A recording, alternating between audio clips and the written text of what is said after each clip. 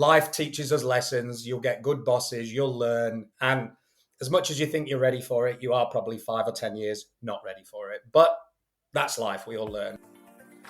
If you want to get stuff done, then you have come to the right place. This is the Get Stuff Done podcast, brought to you in association with RDI Worldwide, a weekly interview series with prominent and diverse people from around the world, who will share their own unique insights on what it takes to get stuff done and their personal strategies for doing so. My name is Gordon Dudley, the creator of the Get Stuff Done project and host of this podcast. Thank you so much for being with us. We hope you enjoy this episode and would love to hear your feedback anytime. Let's get stuff done.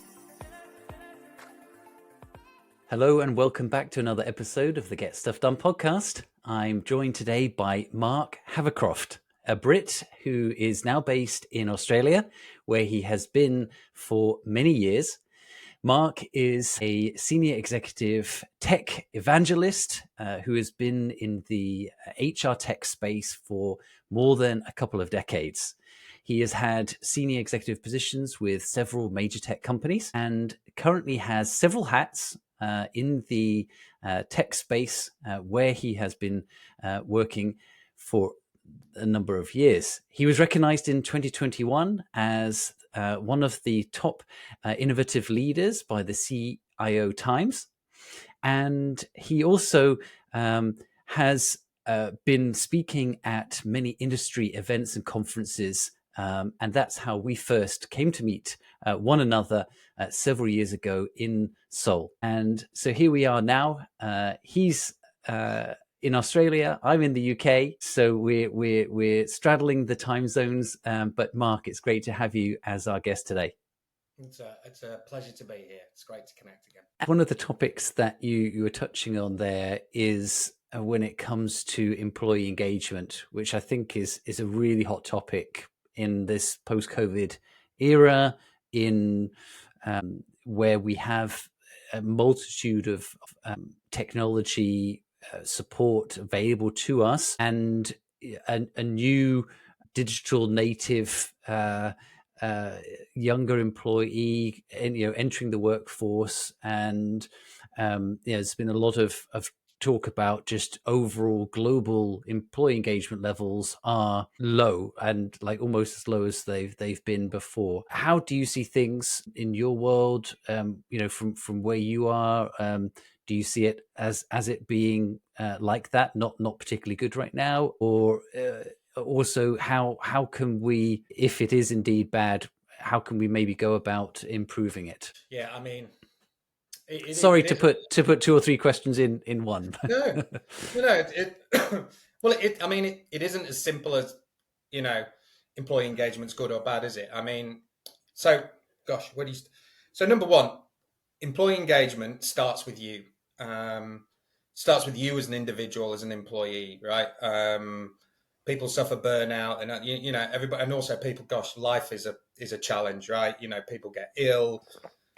Just life in general, right? Everything affects our family, all sorts of different things can do this. So number one, I think employee engagement starts with you looking after yourself. Okay.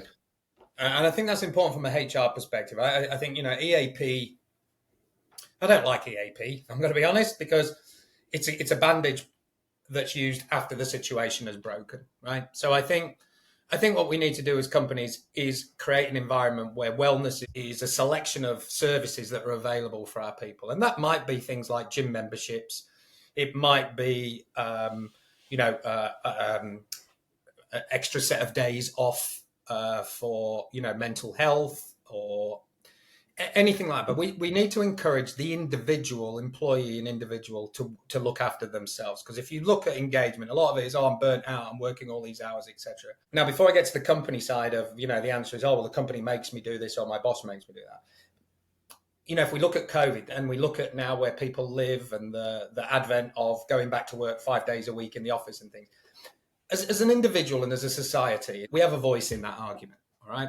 Go back to my point of the triangle and the boss says and we just do. It's not the way we've evolved as a society globally from that. So number one, look after yourself and understand what your barriers are and what is good for you, right? Because And you then need to work out if you can compromise those or not. And you need to find an environment where those things are valued and fit. It's probably a terrible example.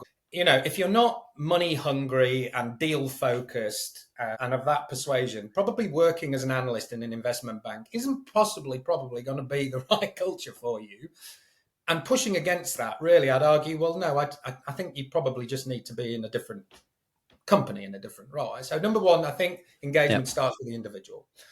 Now, that's not just, sorry. Can I just jump off that? That's why I hate the phrase work-life balance, because work-life balance is not, there's a general assumption that means not working that much. But there's a whole, bunch of people who want to work as much as they physically can because that's what they want to do. And so, yeah, I just wanted to say. It's a great point. The other thing with work-life balance that gets me is it's kind of like work is a necessary evil. Like, how do I balance off horrible work to my lovely life? Well, I think actually a good career management life is about enjoying the work that you do. I'm not saying some 100%. days don't come with their usual, every day comes with its usual joy. And we come back and go, what a day that was. But, in general, I've got 2 young kids and I say to them now, lessons I'm teaching you about jobs, follow your passions. Don't worry about money and what everybody tells you and all that kind of thing. Just find things that you love doing. The rest will take care of itself, believe it or not, no matter what it is, right? Gardening to law to whatever. I hope a 10-year-old isn't into law, but the point is, you've got to follow your, work is something that we do and you should enjoy it 99% of the time, So you're right. Not just a place. It is. And it's part of you, right? And if you've got, and this comes back to our point, so looking after yourself, and then also a company that respects your boundaries and that you feel is right. For example, let's pick some of the things. Being able to work from home, right? Some companies allow that. Some roles allow that. Some roles it doesn't really work, right? And some companies it doesn't work for them as well. So again, you as an individual managing your career, you need to kind of pick a role and an environment that works for you and accept that there's certain aspects of that are needed, right? And again, an organization will be flexible enough, but they run a business and they need people to deliver an outcome or whatever your job is, right? So again, there's a conversation to be had. But I think, what's the point I think we're both making here is that have some accountability as an individual in this, right? You're going to get paid a salary, a good salary, about whatever you're going to get paid a salary that's going to enable your family, your life, whatever that looks like. You own what works for you, and also you own some compromises that you have to make. I would love to work, 1 day a week or whatever. You've got to find your balance as an individual. Mm-hmm. So I think that's the first point we're making. It's not about them and us; it's about you finding the right thing, and also being realistic in that. I think we're in 7 generations in the workforce now, maybe 8. I lose track. Yeah, the younger generations haven't gone through recessions, they're about to go through things, but they haven't gone through tough times, whatever that is. They have false expectations then around that. I was exactly the same, and so will the next generation be. I wanted to be the CEO after week 2 too, right? Yeah. Life teaches us lessons. You'll get good bosses. You'll learn, and as much as you think you're ready for it, you are probably 5 or 10 years not ready for it. But that's life. We all learn, right? Yeah. That's what it is. You got to live it. you do, and I think as leaders, you have to recognize 2 aspects. There's knowledge, like technical knowledge, business knowledge, etc., and there is experience. And I've always been lucky to be a young leader, a young executive, and things like that. So I've stepped those things. Just generally in life experience, both in work and out of work, helps you make good, balanced decisions, right? It just is what it is. Now, young people can have extraordinary experiences that some people 20 years their senior may not have had, from travel, different scenarios, backgrounds, all sorts of things. But life experience counts. And so I think then when you come to an employee engagement as an organization, one of the things I've done when I've talked to boards and CEOs is kind of, you have to look at it like your family, right? What is your business? What are the key roles? What are the key locations? What does engagement look like in relation to delivering a bid. And then you have to work around that. And it is a constant exercise. And then you get into areas where I know some very good friends around culture, the power of culture, and those things. All of Mm. engagement, it's all tied together. And really, it's tied together from a point of view of, and this is why I come back to the family analogy, because it's the best way I can explain it is we all have those family gatherings where there's, cousins, aunties, uncles, etc.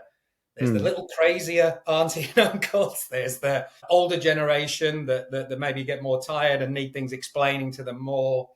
There's the Yep. young kids that are running around the table like, crazy, crazy young kids, right?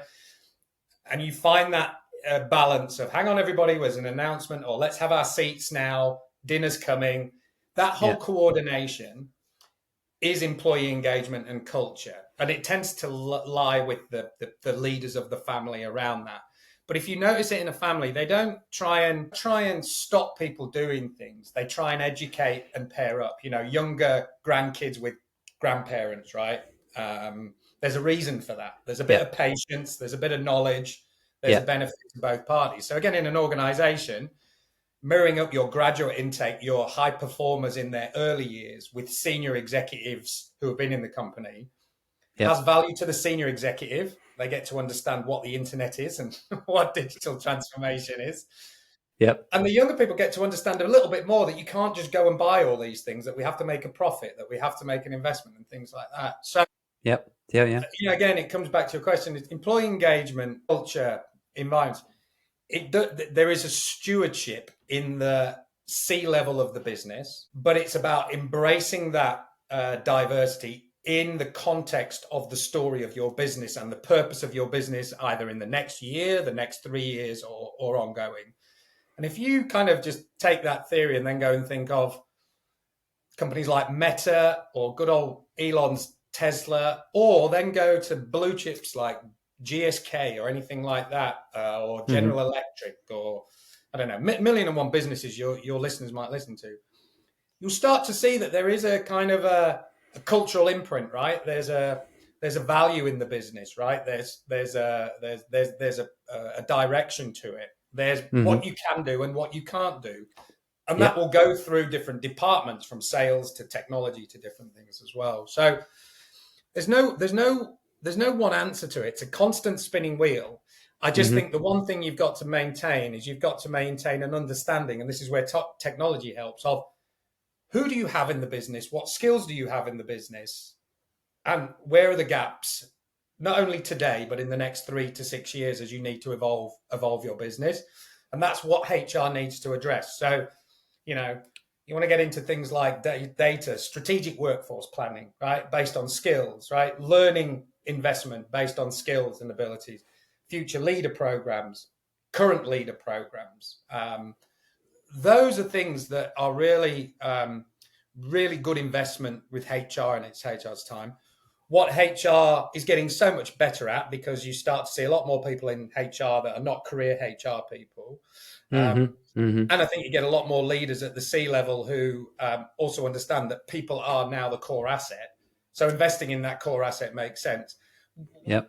You just need to get better at the business case around that investment. Yeah. It's still an area where, if you don't have these skills in a year, what's going to happen to the business, right? And it's a lot cheaper to build than buy, right? And so on and so forth. So constant spinning play, engagement, really important. It's a two-way street, you as an individual and as a business. And it's an evolving thing, Yeah.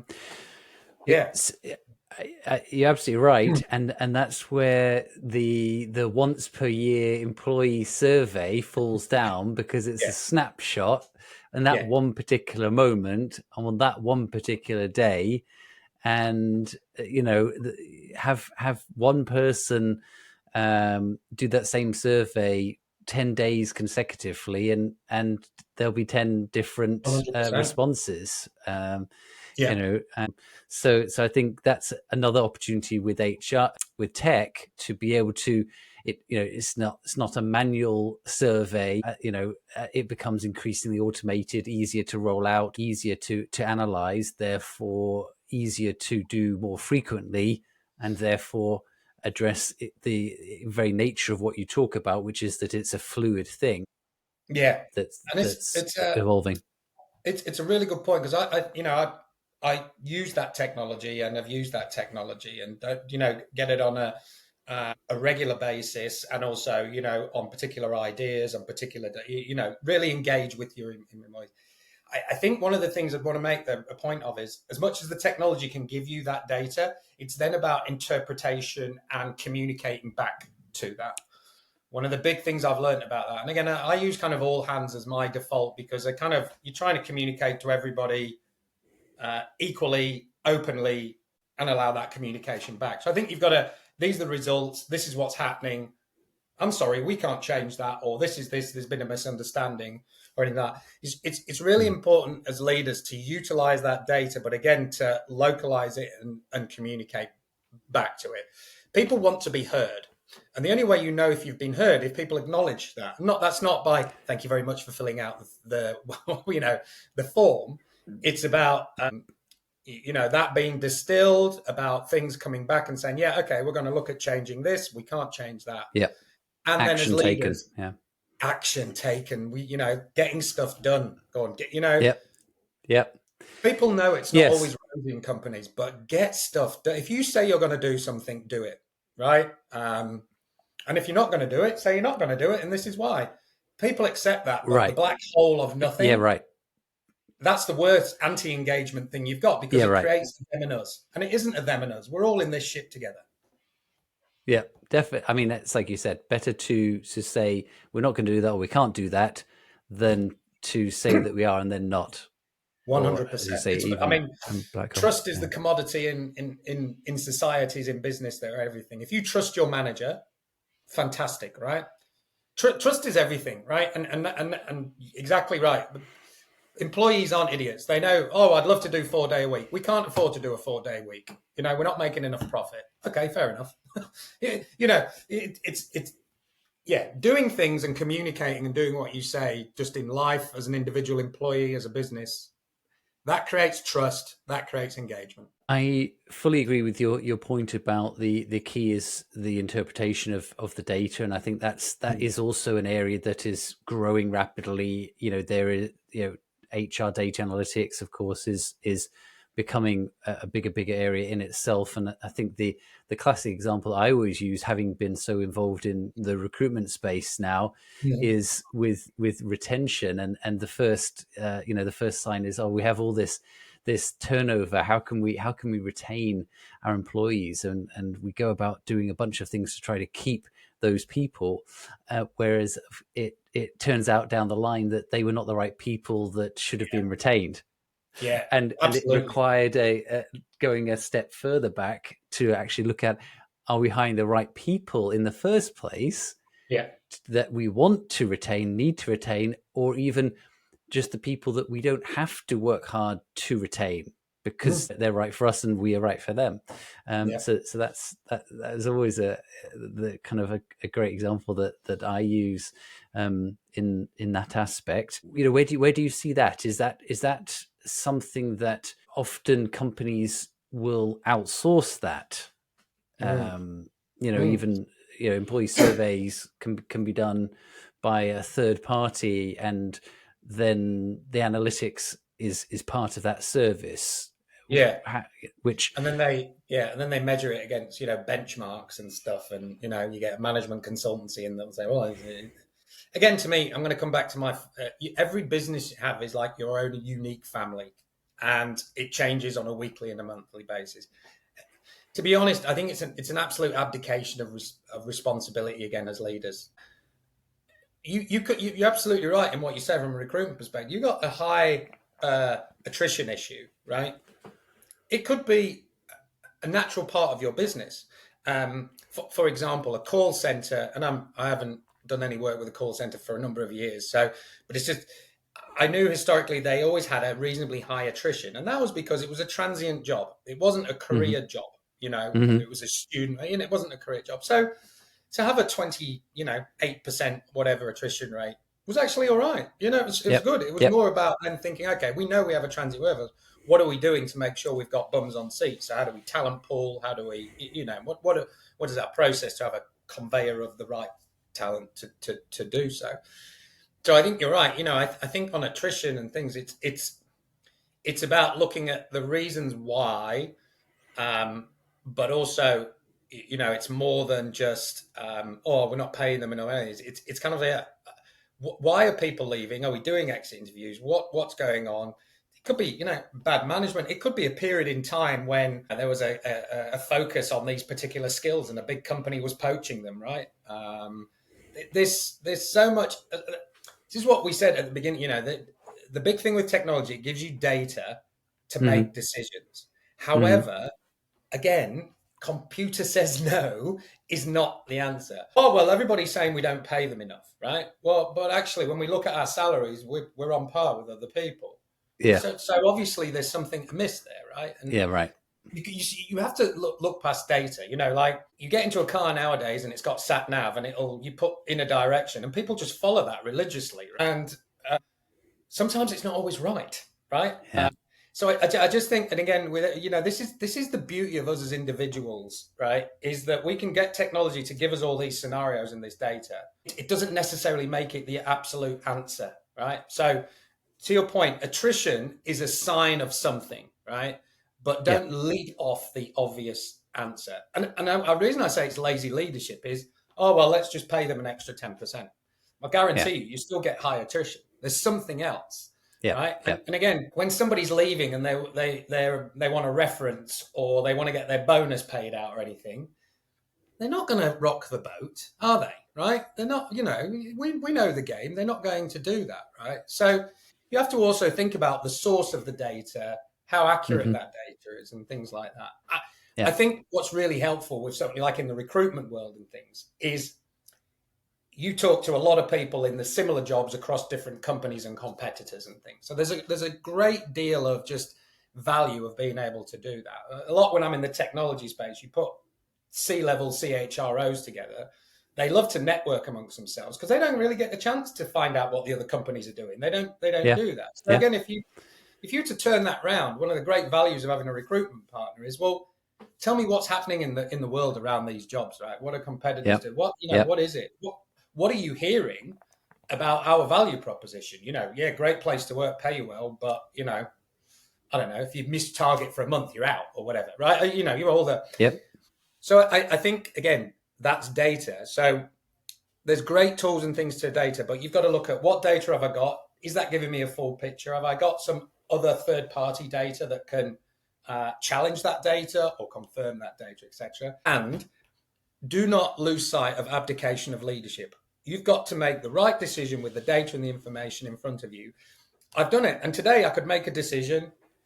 In 2 years' time, I've got more data, more information, and I realize probably made the wrong decision. Don't care. I'm getting stuff done. I'll make a decision and I'll move forward. And then I'll adjust my decision in 2 years and I'll learn from it. But again, to your point, we are, it's just lazy to go, oh, we'll get a third party to do it. Oh, we've checked our salaries against Mercer or something. Oh, well, everything's great then. But you still, that's not good.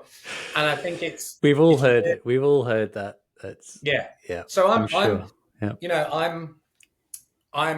I guess I think, and I encourage people, if they are out there getting stuff done and moving things forward, is to challenge that. Because do you know why? Because that is how you will move on as an individual, and that is how you will get better results and how you will achieve as an individual.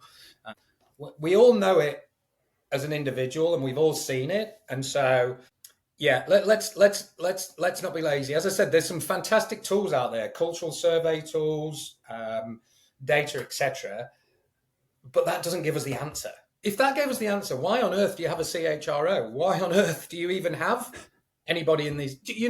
When you break it down like that. So, and again, we touched on it on leadership. This is why I say leading leaders is really important, because the question I would ask as a leader of that attrition problem, of that sales director who's got that business, what is the information you're working on? And remember, what's externally, what are you using to make a right decision? So don't make the decision for them, but Hmm. help them recognize the fact that to make the right decision, you need to get as much information as possible and then make an educated, informed decision as best you can on the time frame that you've got. That's human beings. That's what we do, Yeah. right? And I think that's intrinsically us. And that's the dissection between technology and humans. We need to lead that and make those decisions. And on that note, I realize that we have covered a huge amount in this conversation so far, Mark. I really appreciate all of your insights and stories that you've told, but I think we do have to wrap it up because it's been really enjoyable to have you. Thank you so much for being the guest on the podcast. Absolutely, my pleasure. It's a great podcast, and encourage people to listen to it whenever they get a chance. There we go. And on that note, everybody, let's just remember, get stuff done. Hi, this is Gordon from the Get Stuff Done podcast. Thank you so much for watching and listening. We will continue to bring you guests from a wide, diverse background and sectors to share with you insights about their leadership, their career experience, what it takes to get stuff done, and how they go about achieving all that they want to do in their professional careers. Once again, thank you for watching, and please do subscribe on all of the podcast platforms that we are available on. It will be great appreciated. Thank you so much.